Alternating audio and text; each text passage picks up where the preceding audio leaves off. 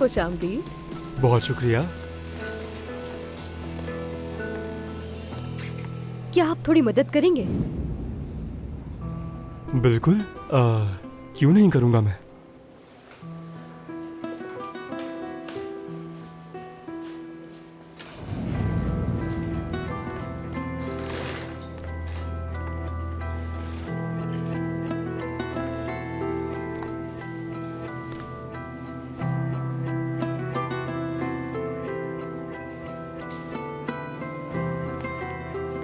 अगर आप कहें तो मैं थोड़ा बेड नीचे कर दूं क्या? नहीं नहीं, बहुत शुक्रिया, ऐसे ही ठीक है।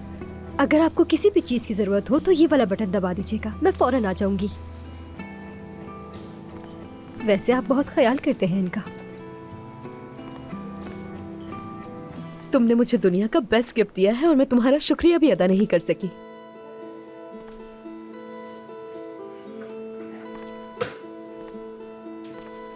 अंदाजा है कि इसके लिए तुमने बहुत मेहनत की होगी।